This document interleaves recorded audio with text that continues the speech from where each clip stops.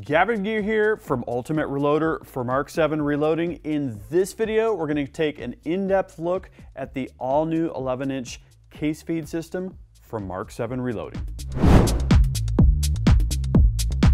Mark 7's 11-inch case feed system is all new and was introduced with the Apex 10 reloading press and is included with the Apex 10 reloading press, but can be purchased separately and adapted to other applications like a roll sizer machine or another progressive reloading press. In this video, we're going to take a look at the specifications and features. We're going to cover setup and also tweaks and adjustment troubleshooting steps to get your case feed system running at maximum capacity and maximum reliability. Let's start with overview and features. This new 11-inch case feeder is a professional grade accessory for your progressive reloading press. It features an all-metal bowl construction. It's got a variable speed motor so that you can select which speed is going to be correct for your specific application. Different cases, different lengths. This case feed system was engineered to keep up with Mark 7's auto drive technology, so it's capable of somewhere in the neighborhood of 3,000 to 4,000 cases per hour, and it features a reverse button to free jammed cases. There's also a convenient trap door on the bottom side that allows you to monitor how many cases are left in the case feeder and easily empty the cases and any accumulated case cleaning debris or anything else that might have accumulated down in the low point. There's also an integrated mount option for the Mr. Bullet feeder, which is a great way to reduce clutter and to have a more elegant setup. When ordered as a part of the Apex 10 reloading press as a kit, the case feed system comes with the following. What you see on the bench here is the case feed bowl itself, the case feed plate, which is caliber specific. We've got the upper shield, we've got 3 mounting bolts with washers, and we've got the power cord. If you order this case feed system standalone as a separate product, you won't get the mounting brackets which are included with the Apex 10 reloading press, but you will get a universal bench mounting plate that integrates with the pole so that you can use this case feed system with case processors or other progressive presses. Let's take a quick look at how to set up the case feeder with the Apex 10 reloading press. A quick note about tools, you'll notice I have T-handle Allen keys on hand, I have ball and screwdriver type Allen keys on hand, and I also use the traditional L type depending on the kind of clearance and the kind of operation you're performing. It's nice to have all three. We're going to start by getting these brackets mounted to the frame, and we're using our 3/16" Allen key for this here, and you can see I'm not going to be able to spin my key there. So I'm going to grab my ball end, and that's going to help things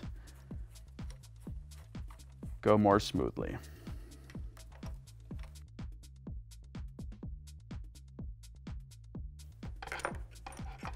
These pole brackets are the same, so you don't have to worry about which is which.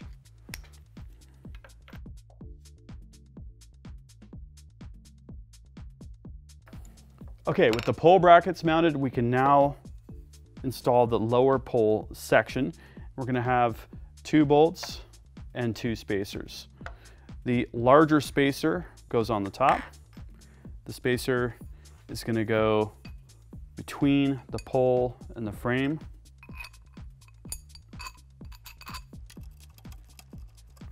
And we'll use the smaller spacer on the bottom. For this, we're going to use our 7/32 Allen key. Back to our 3/16 Allen key, we're now going to insert the coupler block in. We're going to have the tapped holes facing the holes here on the sides, and insert the Allen screws here, all 8 of them, once we get both pole sections installed to hold everything together.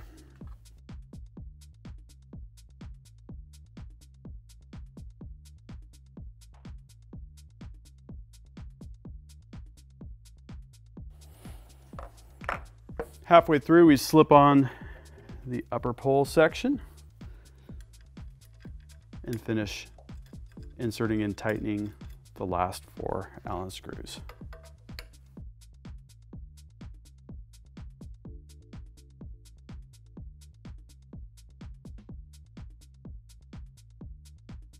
Pole is mounted. It's now time to configure the case feed bowl and to get it hung on the press. What we're going to need here is the case feed bowl itself, the case feed plate, which is caliber specific. We've got the upper shield, we've got 3 mounting bolts with washers, and we've got the power cord. The only tool we're going to need for this phase in the process is our 7/32 inch Allen key. A quick note about the case feed plate. There's 2 metal discs on either side of the Lexan feed plate, and there's 2 screws here. Tightening these screws tightens what is essentially a clutch. This is supposed to slip if things get bound up. It's an important safety mechanism. But if you ever find that your case feeder isn't turning under load, you can tighten these a little bit to get it to turn. Just make sure that it will indeed slip when it needs to. Okay, so with that said, we can drop the case feed plate in, rotate it until it kind of snaps into position. And then the upper shield, this is optional. I've run the case feed system without it, but that's going to help hold cases in if we're running at a high capacity. That's just going to kind of pop right into these 3 cutouts in the back of the feed bowl. Now we can hang the feed bowl.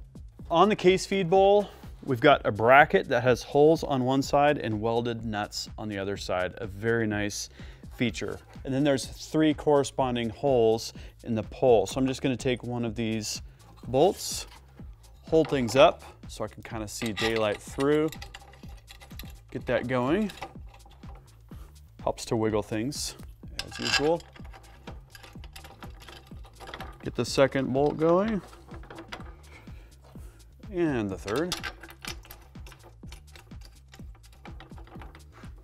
Get things tightened down with our 7/32 Allen key. 1, 2, 3. Pole is mounted.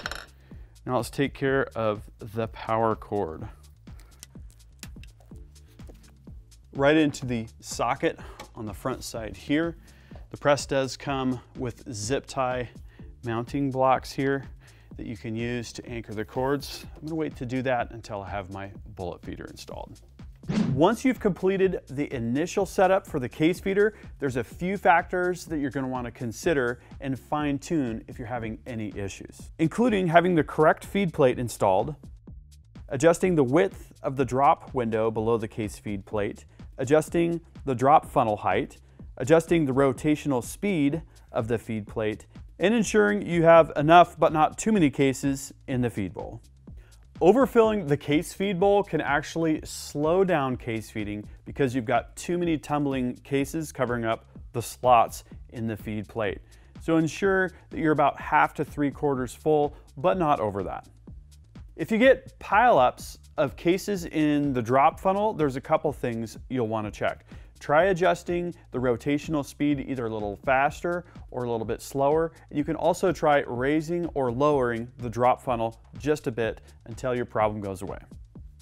If you experience jams where the cases fall out of the case feed plate before they drop into the drop funnel, there's a couple things you're going to want to check. But first, you're going to want to press the reverse button to clear the jam. A light press will momentarily run the case feed plate in reverse, and a full press will run it continuously in reverse. Once you've cleared the jam, you're going to want to check that drop window opening. It's a little door that opens and shuts. For pistol cases, you can run that wide open. It's not needed. But for rifle cases, there's a trade-off between allowing the case to drop base first and not allowing it to drop at all and the case jamming in that output window. Another thing to check is the rotational feed of the case feed plate itself. Try speeding it up and slowing it down a little bit. When you get the right combination of that window opening and the case feed plate rotational speed, you should be running really good.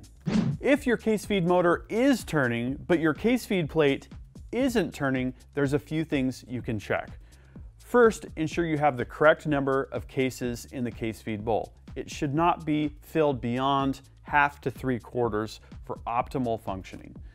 If you have the correct number of cases in the case feed bowl, then check for jams or obstructions. If you have no obstructions or jams, then proceed to adjust the clutch. At the center of the case feed plate, there's a metal disc with 2 screws. Take your time and very carefully, incrementally tighten these screws a quarter turn at a time, and you'll have correct feeding. When it's time to add cases, I like to switch the machine on first and then dump them right in the top.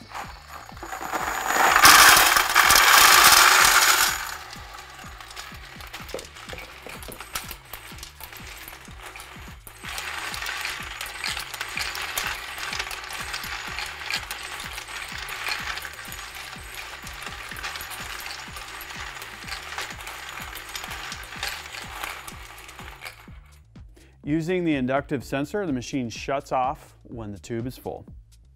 Prior to emptying cases from the case feed system, we're going to switch the case feed bowl off, then we're going to empty the drop tube. I've already removed my completed cartridge bin, and that means we can loosen the front Allen screw on the case feed adapter, swing it out of the way, and then swing it back and retighten that Allen screw. Now we can loosen the screws that hold the trap door in place. We're going to need to make sure we have our bin ready to go and open it. Here you can dump the rest of the cases and pick the stragglers that are in the case feed slots. Time to put the window back on.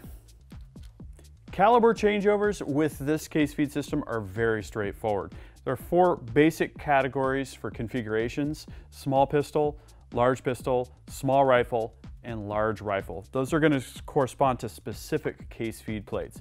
There's different case feed adapters for different diameters of cases. The case feed system comes with the appropriate drop tubes, large diameter and small diameter. Once you've identified which parts you need to use, it's a matter of dropping in the appropriate case feed plate and rotating it until it locks, installing the appropriate case feed adapter, and then rotating and locking the drop tube, and then pushing the Lexan tube into the case feed adapter correspondingly. Then it's time to go through the steps we already covered with tweaks and adjustments to make sure everything's going to work perfectly when you're feeding cases. I hope you found this case feeder setup video helpful. To check out the rest of the content, go to the Mark 7 Knowledge Base.